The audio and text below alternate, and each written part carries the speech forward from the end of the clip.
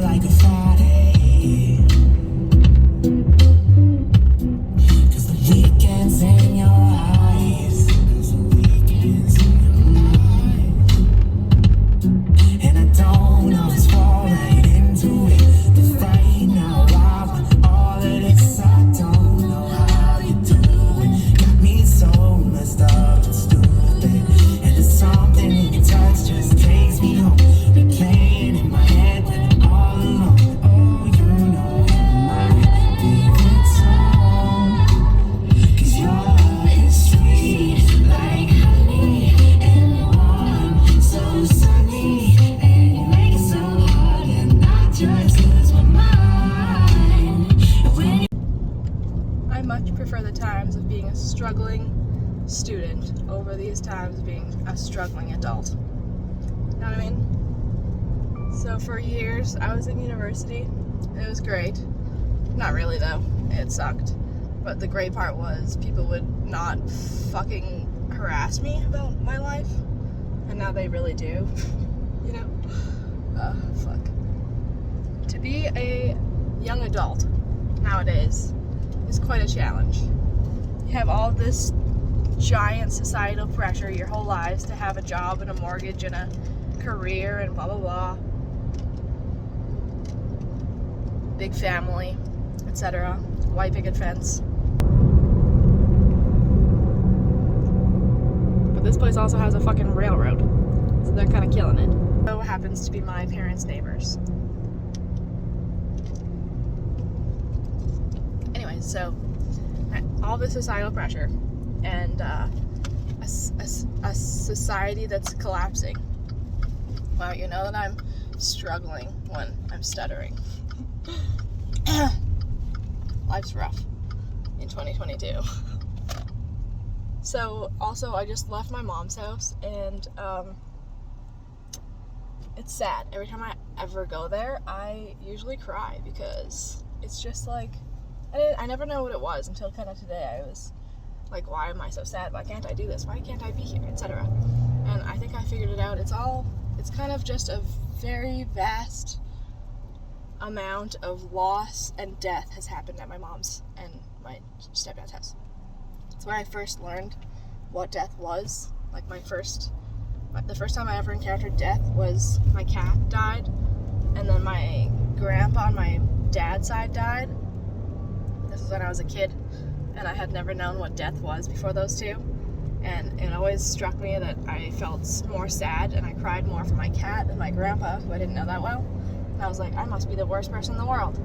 And just death has always been like off-putting to me since then. And it's sad to acknowledge that, but it's the truth. And yeah, so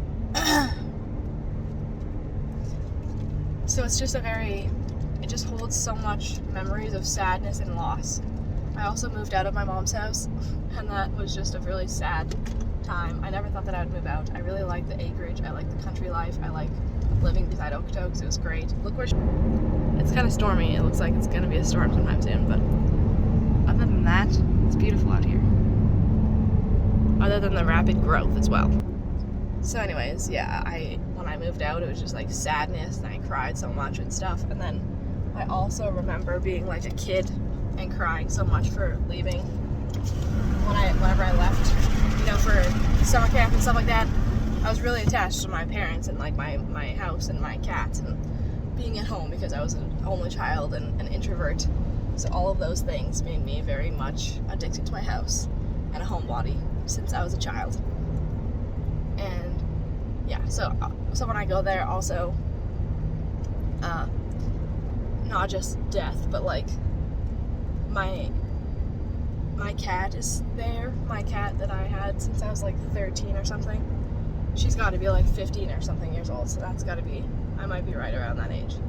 So, and she's just like getting so much older, and she's so much smaller, and she's frail and brittle.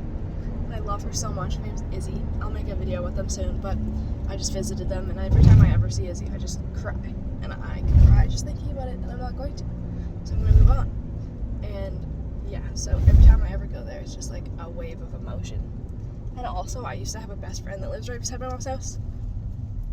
And that friendship ended, like, shittily.